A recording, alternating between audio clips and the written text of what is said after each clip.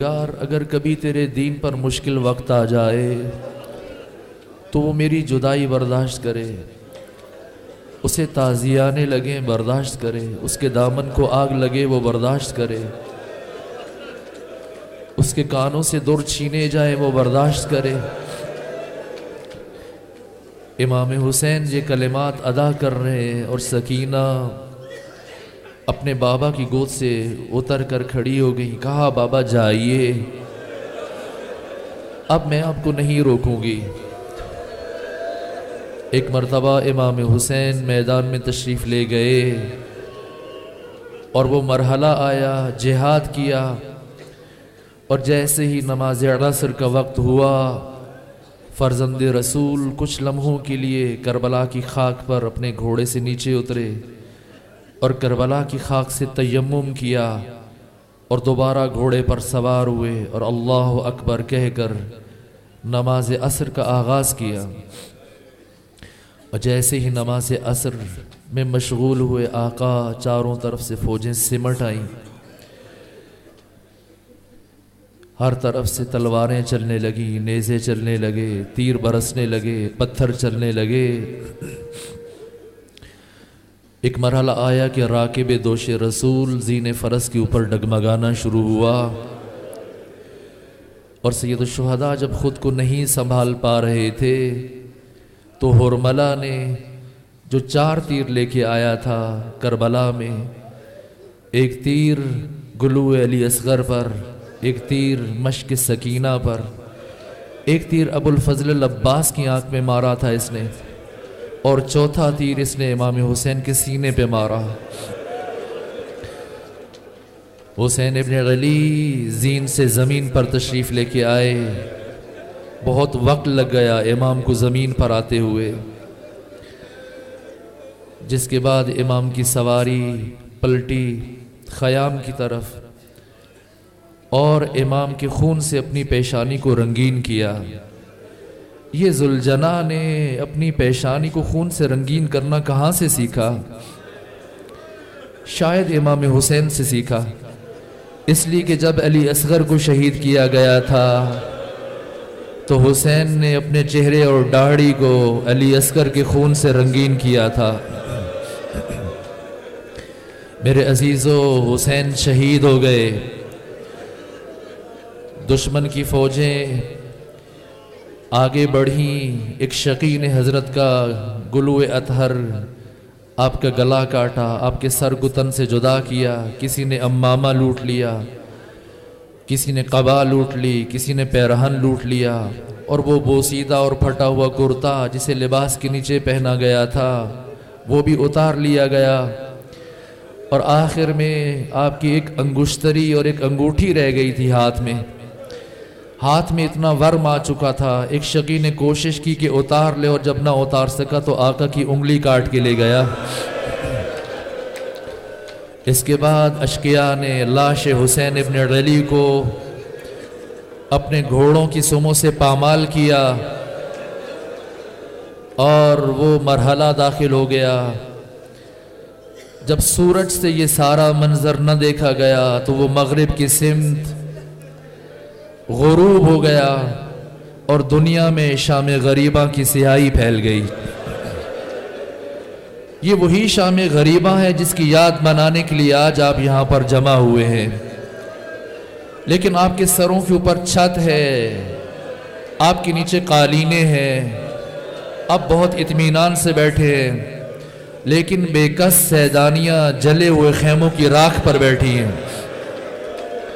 جب خیام حسینی کو آگ لگی، بیبیاں گھبرا کر ایک خیمے سے دوسرے خیمے میں، دوسرے خیمے سے گھبرا کر تیسرے خیمے میں، اور جب تمام خیمے جل گئے، ایک مرتبہ اشقیاء آگے بڑھے نیزے لیے ہوئے، بیبیوں کے سروں سے ایک ایک کر کے چادروں کو اتارا گیا، اور وہ مرحلہ داخل ہوا جب سیدہ سکینہ کہ دامن کو آگ لگی اور بی بی صحرا کی طرف دوڑی، اور حمید ابن مسلم جو یہ سارا منظر دیکھ رہا تھا آگے بڑھا، اس نے بی بی کے دامن کی آگ بجھائی۔ ابھی بی بی پڑی ہیں، کربلا کی ریت پر پڑی اور ایک شقی آگے بڑھا اور اس نے پہلے بی بی کا مکنا اتارا، بی بی کی چادر اتاری، اور اس کے بعد آپ کے کانوں سے اللہ اکبر چاہا کہ اتارے لیکن چھینے، اور اتنا خون جاری ہوا کہ بی بی کا سارا چہرہ خون سے سرخ ہو گیا، سکینہ بے ہوش ہو گئیں۔ اور جب سیدہ زینب اور ام کلثوم آئیں، سیدہ سکینہ کے پاس بیٹھی، ایک مرتبہ جیسے ہی ہوش آیا بی بی کو، سیدہ سکینہ سر نہیں اٹھا رہی ہیں، کہا پھوپھی اماں میرے سر پر ردا نہیں رہی، میرے سر پہ چادر نہیں رہی، میں کیسے سر اٹھاؤں؟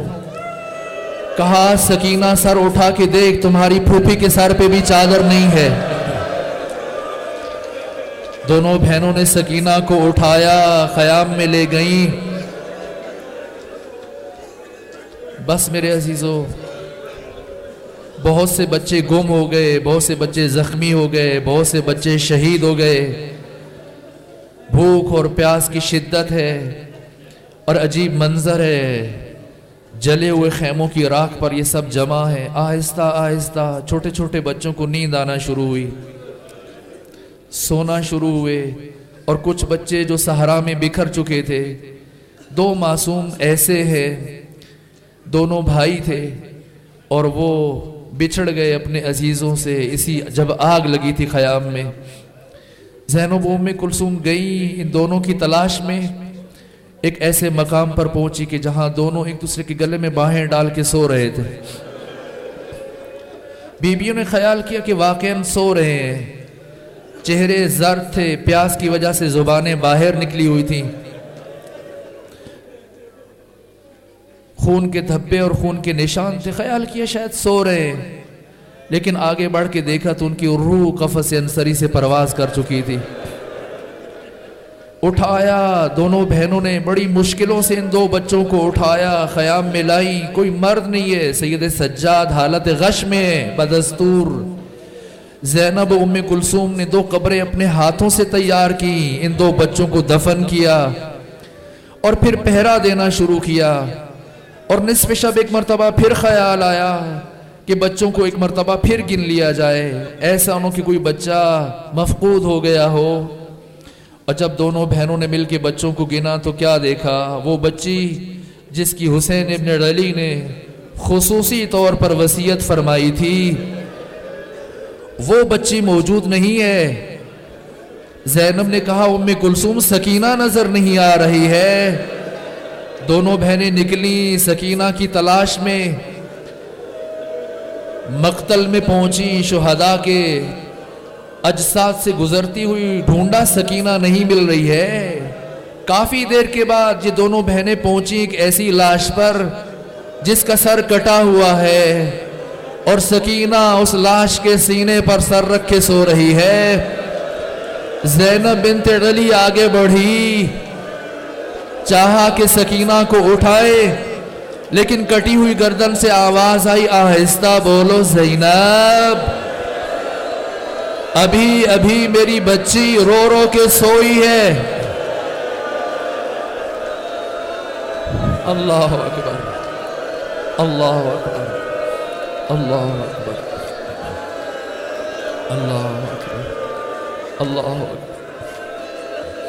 دونوں بہنیں بیٹھ گئیں، دونوں بہنیں بیٹھ گئیں، دونوں بہنیں سکینہ کے سرہانے بیٹھ گئیں کہ جب خود بیدار ہوگی تب لے کے چلیں گے۔ اور کافی وقت گزرنے کے بعد جب سیدہ سکینہ کے کانوں میں تکلیف ہوئی یا کوئی اور درد اٹھا اور بی بی کی آنکھ کھل گئی، اب سیدہ نے اٹھایا، گود میں لیا، خیام کی طرف بڑھی، کہا بیٹی آپ یہاں کیسے پہنچی؟ اور لاش تو سر سے پہچانی جاتی ہے، آپ نے بغیر سر کے کیسے پہچانا؟ کہا پھوپھی اماں آدھی رات ہو گئی، اور ایک مرتبہ میری حالت بگڑ رہی تھی اور مجھے نیند نہیں آ رہی تھی، میں بابا کے سینے پہ سونے کی عادی تھی، آج تک ہمیشہ بابا کے سینے پہ سوئی، لیکن جب مجھے بابا کا سینہ نہ ملا تو میں تلاش کرتے کرتے مقتل میں آ گئی، اور جہاں جا رہی تھی مجھے میرے بابا نہیں مل رہے تھے۔ ایک مرتبہ میں نے آواز بلند کی، اے میرے پردیسی بابا، اے میرے مسافر بابا، اے میرے مظلوم بابا، اے میرے شہید بابا۔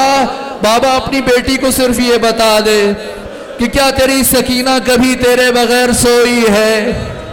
یا کٹی ہوئی گردن سے آواز آئی، الیہ الیہ یا سکینہ۔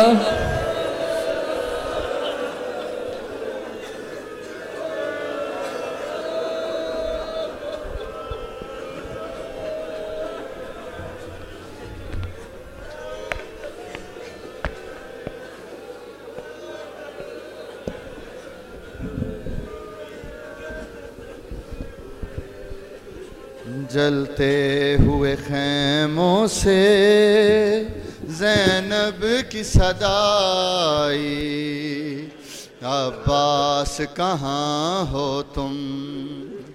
جلتے ہوئے خیموں سے زینب کی صدا آئی، عباس کہاں ہو تم؟ جلتے ہوئے خیموں سے زینب کی صدا آئی، عباس کہاں ہو تم؟ جلتے ہوئے خیموں سے زینب کی صدا آئی، عباس کہاں ہو تم؟